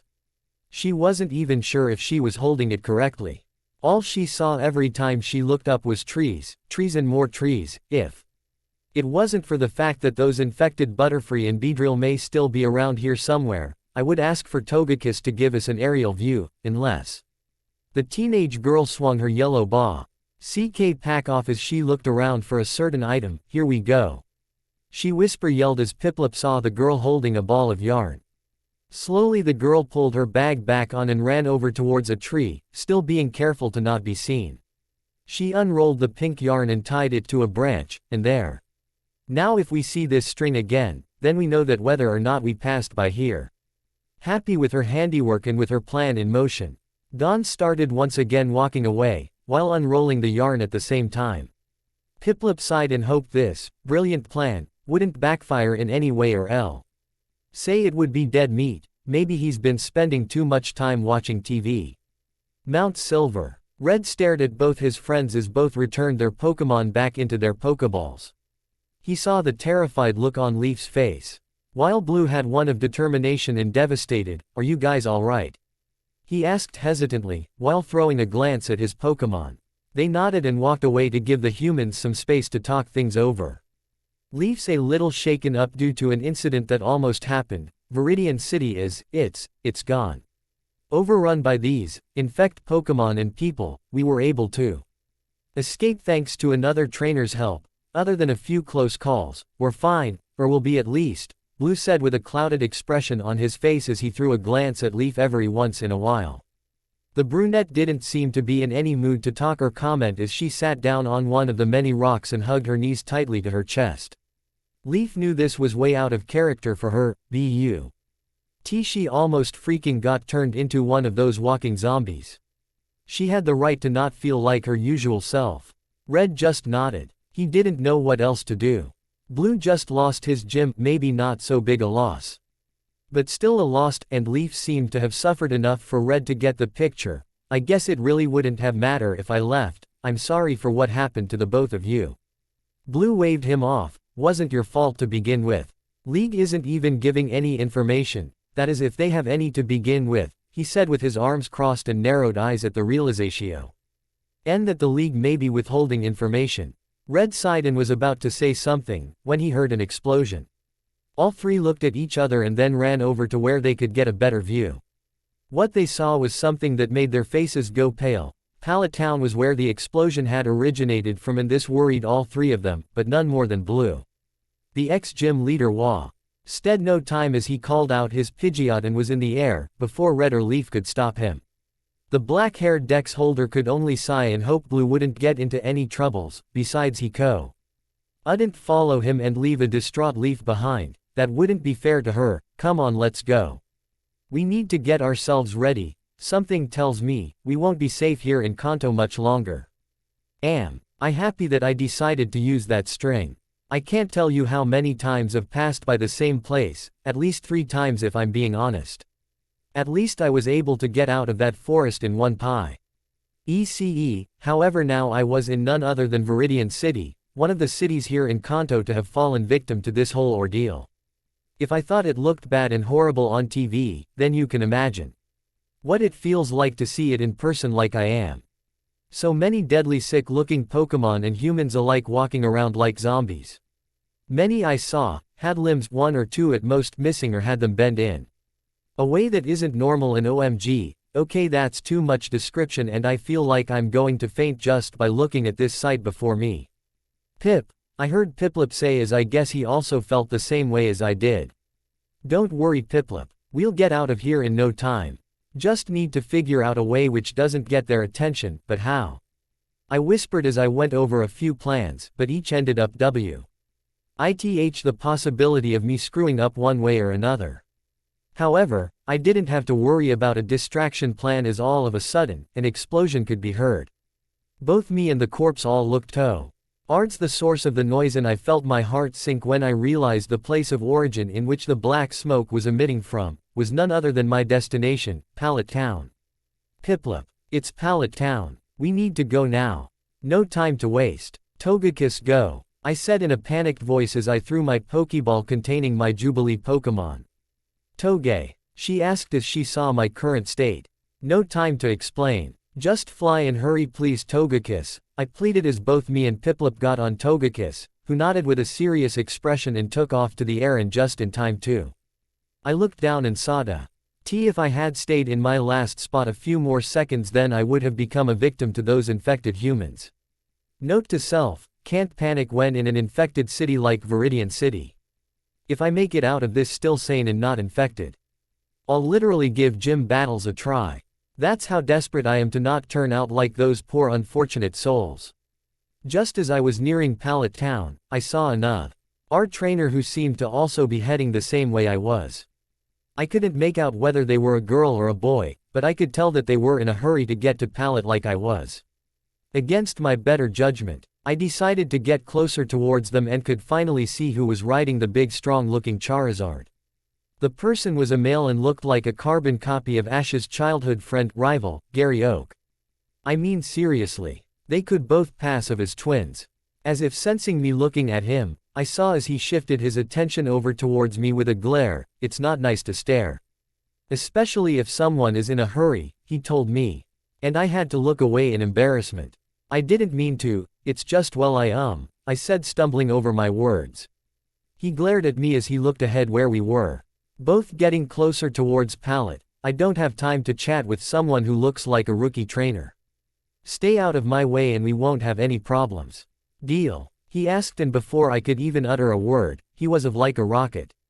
Rude much. That guy and Paul would get along great with the way they act similarly to each other, I said with a harsh tone, even though he was no longer in hearing range. Meanwhile in Pallet Town, also before explosion, Daisy Oak did not expect the whole ordeal of these infected Pokemon and humans alike to reach Pallet Town so soon. It had surprised her, to be honest. She was in the ranch when suddenly, the remaining Pokemon still left for transport all seemed on edge. When she looked around, Daisy saw nothing that would make the Pokemon act this way. The only thing she saw in the far distance were a group of humans all running away from a group of sickly-looking Pokemon. Now Daisy could understand what it was causing the Pokémon in front of her to be on edge. The source, none other than the infected Pokémon, few humans that had reached Pallet, ahead of what the news report had said. The brunette sprung into action quickly and returned the remaining 6 Pokémon into their Pokéballs and ran back into lab. "Grandpa!" she yelled as soon as she entered the living room. Delia turned to see the brunette looking very pale and wore a shocked and somewhat horrified expression. "Daisy, what happened?" Quote, "They're coming," she said, but upon seeing the confused faces of the 2 adults she continued, "The infected, the dead-looking Pokémon and humans. They're coming and we need to go." Once both Oak and Delia heard the word infected, both sprung up from their seats. Although they trusted Daisy, they still went to look out the window. What they saw coming from the distance was enough to make them take action. "Delia, take Daisy and Tracy outside," Oak instructed, not explaining why it was he wasn't going with them. He had no intentions of allowing his family to get hurt, and if that meant sacrificing himself to allow them a chance of escape, so be it. Besides, he still had his promise to keep to Ash and wasn't about to break it now. "Grandpa, you can't stay here," Daisy cried out, as the thought of leaving her grandfather was something she could not bear to happen. "She's right. We won't leave you at their hands," Delia said with narrowed eyes, not making any move. "There is no time to argue. Both of you need to escape while you still have time. I'll be right behind you both," Oak pressed, but unfortunately before the 2 girls could rebuttal, the lab is suddenly hit with a powerful hyper beam. Back with Blue. The former gym leader sighed in relief as he finally reached Pallet Town. However, that relief soon turned into shock as he took the scene below him. Pallet Town looked like a war zone. Houses burning, some people lying dead on the ground, Pokémon battling what looked like the same deadly sick Pokémon he had seen in Viridian, and smoke coming from the lab. Blue immediately went through so many what-ifs inside his head. What if the lab wasn't empty? What if the Pokémon were able to be transported away? What if his sister and grandfather didn't make it? No. "I can't think like this just let. They're still alive, I know they're," he thought desperately inside his head. The Dex holder knew he needed to get down there if he were to find any answers. But he also knew that anyone who gets bitten by those infected Pokémon or humans also became zombie-like creatures. Suddenly Blue noticed some movement coming from the rubble of the lab, as it seemed someone was trying to get out, to see. He called out from above as soon as he saw a familiar figure appear from the rubble of the lab. The older brunette looked up as she saw her younger brother was safe and out of harm's way. She knew that he would have come sooner or later and was glad for it. She hated to admit it, but she didn't have any Pokémon, other than her Chansey nicknamed Seach and her Clefairy. Both of whom weren't going to be of much help right now. "Blue, I know you want to help, but you need to get out of here while you still can," she shouted as she saw Blue shake his head in complete disagreement. "No, I'm not leaving here without you, or Grandpa," he shouted back. However, what both brunettes failed to notice was the fact that this whole shouting argument had gotten the attention of the infected Pokémon as they raced over towards the female brunette. "Daisy, look out," Blue shouted as soon as he saw the infected Pokémon moving towards his sister. Noticing the incoming Pokémon, Daisy tried to get herself some distance. However, because of all the rubble in the area, it was hard for her to move, and as such as she turned around, she saw the infected Pokémon catching up to her very fast. "Togekiss, Aurasphere, Piplup, Hydro Pump," a familiar voice called out as Blue saw the same brunette from before and her Pokémon attack the infected, stopping them from their path. "Ours, Daisy, looks like I got here right on time," she said with a small smile as Daisy looked up at Dawn with gratitude, and with the help of Blue, who made his Charizard land, was able to get out of the rubble. Blue turned his gaze towards the younger female and sent her a nod. "Thank you for the help. I apologize for the way I treated you back there. If it wasn't for you, my older sister would have been a goner," he said as Dawn accepted the apology, realizing now why it was he had acted that way before. "Blue, we have to save Grandpa, Delia and Tracy. They're still stuck underneath this pile of rub. BLE, Daisy revealed as both Blue and Dawn snapped their heads up towards her, recognizing the people who seemed to still be trapped. "We have to save them. Professor Oak and Ms. Ketchum will die if we don't," Dawn exclaimed as she was about to run into the lab, only to feel someone grab a hold of her. "We need a plan," Those infected Pokemon and humans are going to be problem if we don't find a way to lure them out of the way, Blue stated as Dawn sighed, knowing the Gary look-alike was right. Alright then, what is it you got in mind then? She asked with her arms crossed as he looked at her with a serious expression. Here's what we do. Blue had come up with the idea that if we wanted to get out this whole mess with everyone, then we needed to have any flying types on hand and also heavy hit out in the open to prevent any of those infected humans and Pokemon from entering, which would unfortunately leave us with a slight disadvantage should we come in contact with any. Hopefully we won't though.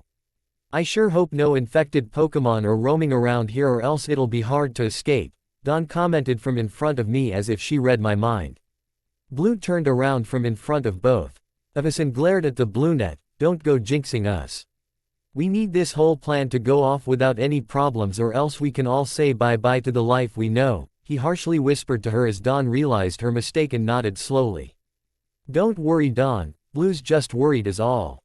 We've never had to face something like this before and if we want this to work, we all need to think positively and hope that all of us would make it out.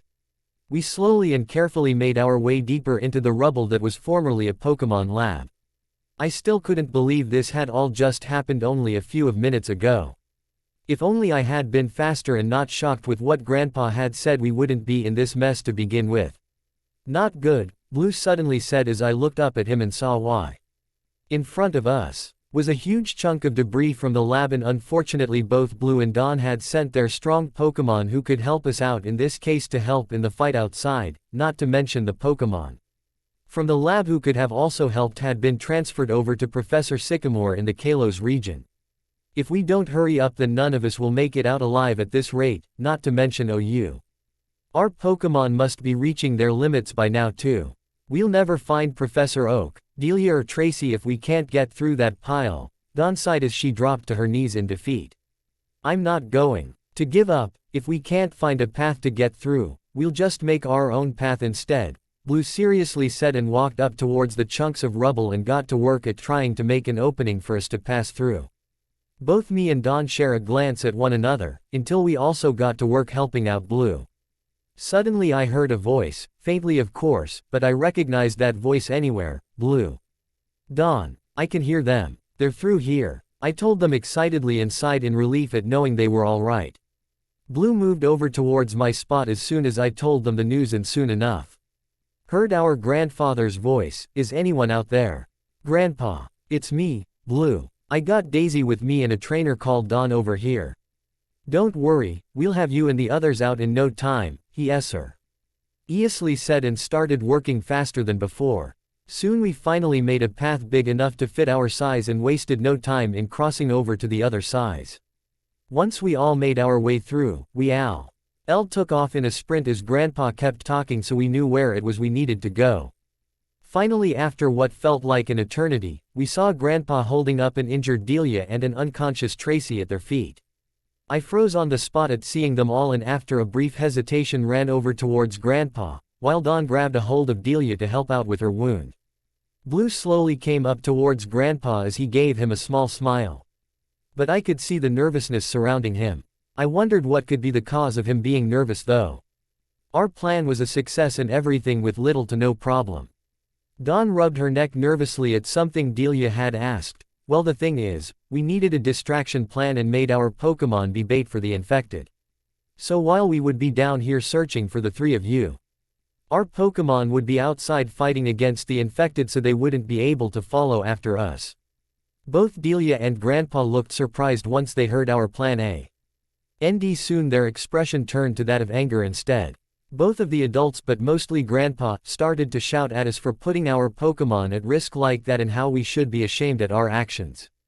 Although harsh, I can understand why it was they said all that, and looking back at the plan, we could have probably have come up with a better one, were it not for the fact that Blue made the plan on the spot and because we were afraid that if we took too long coming up with one, then Grandpa, Delia and Tracy would have all been turned into zombies as well. However, after yelling at us for 3 minutes, Grandpa did express his relief at knowing we were all safe and sound. Unfortunately, we couldn't stay much longer as the ground could be felt shaking. None of us needed to be told what to do as We made our way back outside and into the open, only to see a horrible sight before us. The Pokémon we had left outside was reduced to that of half our numbers, and many of the people who had been fighting before were either ripped to shreds or would soon become part of the infected group. Blue was seen recalling his 3 surviving Pokémon back into their Pokéballs, while looking at his 2 dead Pokémon with eyes shut tight and clenched fists at the sight of having to see Pokémon he both raised and cared for now dead and would either stay that way or become a part of the infected. Dawn, on the other hand, was seen with tears in her eyes at seeing 2 of her Pokémon all bloody and dead looking. She turned towards her remaining 3 and hugged them all tightly as she apologized at putting them through this and hoped they never had to go through something like that again. I felt horrible at what Blue and Dawn had just suffered, since I hadn't sent out my Pokémon into battle due to them being trained for more of contests and healing. If I had known this would be the outcome of the raging battle above while we were planning a rescue attempt, I would have fought with Blue against the idea of leaving them behind as we had done.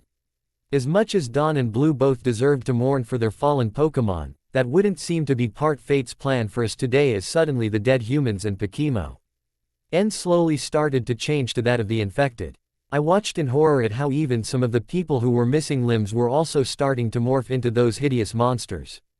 Grandpa turned to look at the incoming infected group of Pokémon and humans as he turned to face all of us as he held a serious expression on his face. You all need to leave now while you have the chance. One of us will need to stay here and fight them off if you are all to escape unharmed. I froze in place as soon as I heard him say what he just said. Does he really think we'll leave him behind after we just got him back? No, Grandpa. You can't just give yourself up like this. Blue cried out. Delia too held shocked expression on her face as she held onto Trass's form, and who could blame her really? Graw. NDPA is here saying he's going to sacrifice himself just for us. I shook my head in denial. No. Blue made sure his plan would leave no one behind, and I agreed with him. So, why must you stay? Grandpa looked at me and Blue both with a warm sad smile on his face. Even if I don't agree with the plan you all made, I have to say that as much as it was cleverly executed, sometimes there are things we cannot predict will happen. I know this isn't what any of us would have liked to happen, but I guess this is where my journey ends. If my life is to be sacrificed, then I want it to be because so you can all be safely out of harm's way, he said, and threw out a Pokeball as a familiar dragon type appeared. Dragonite grabbed a hold of Tracy from Delia and bent down so we could all get on. All of us stood there in places we didn't know what to do. Grandpa sighed and slowly pushed us onto his dragon type, and as much as I wanted to resist, I found myself unable to move any of my body parts. Heck, I saw Grandpa knock out Blue, who was struggling to get out of his grip. Delia was the last person Grandpa helped onto Dragonite and gave her a Pokeball. You're Mr. Mime. I almost forgot to give him back. And Delia, if you see Ash, tell him I kept my promise. Daisy, take care of yourself. Blue, and also Gary, tell Gary that I love him and that I'm sorry I couldn't say goodbye, was his last words as Dragonite was up in the sky soon after. I could only stare at the now infected town I had grown up in, and also the last place I would ever see my grandpa, as well as he let out his Charizard and a Raichu to combat against the mob coming towards him. I couldn't help but think about how I thought for sure this plan of Blue's was going to work, so how is it we ended up losing instead? Meanwhile at Indigo Plateau, Lance and the Kanto Elite Four could all once stare with devastation present on their expressions. They had failed at protecting the region they had all sworn to protect from harm. How could the Y have allowed this to happen in the first place? They had locked down Cerulean City after finding out that is where the virus originated from, but somehow that wasn't enough as it slowly started adding towards the other cities in Kanto, and unfortunately Johto would be next in line. We need to help with the survivors, Lance. Many people have been able to escape the clutches of becoming infected. Lorelei said with her arms crossed and looking at the camera which showed people who were running for their lives. As much as this pains me to say, only you three will be leaving here and helping out in the evacuation. Bruno and Agatha both looked shocked at the declaration from their champion. What do you mean only us four?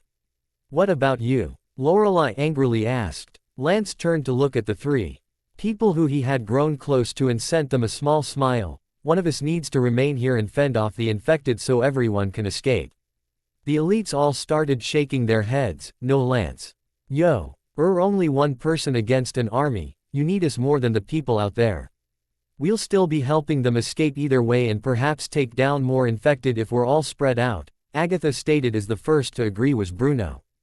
Followed by Lorelei after a moment to think the plan over. All three turned towards Lance with a serious expression on their faces as the champion of Kanto and also ITE 4-member side in defeat and finally agreed with the plan laid out. Mount Silver. Leaf started in horror at the news report currently being played on by her Rotom phone that she got when she went to Galar for a short trip before this whole crisis began. Red stood next to her with a devastated expression and soon left her side. She looked at him, tuning out the words from the frantic news lady. As he stared at the once peaceful scenery from the frozen mountain, only to see destruction and pain instead. He sighed and turned to look at her with a serious face. We need to get out of Kanto. I know, but what about Blue? She asked and saw Red clench his fist tightly. We'll have to hope he got out of Pallet Town all right. As much as I want to look for him, I know he'd want us to get to safe. Lee, even if it meant risking his life for ours. Leaf looked to the ground sadly at that, but soon shook her head.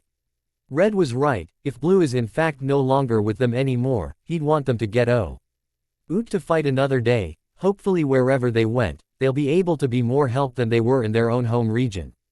Thanks for watching guys. Hope you all are enjoyed this video. If you do, please leave a like, share and subscribe. Also don't forget to support author of this fanfic. So let's end this video here. Until then, see you in next video.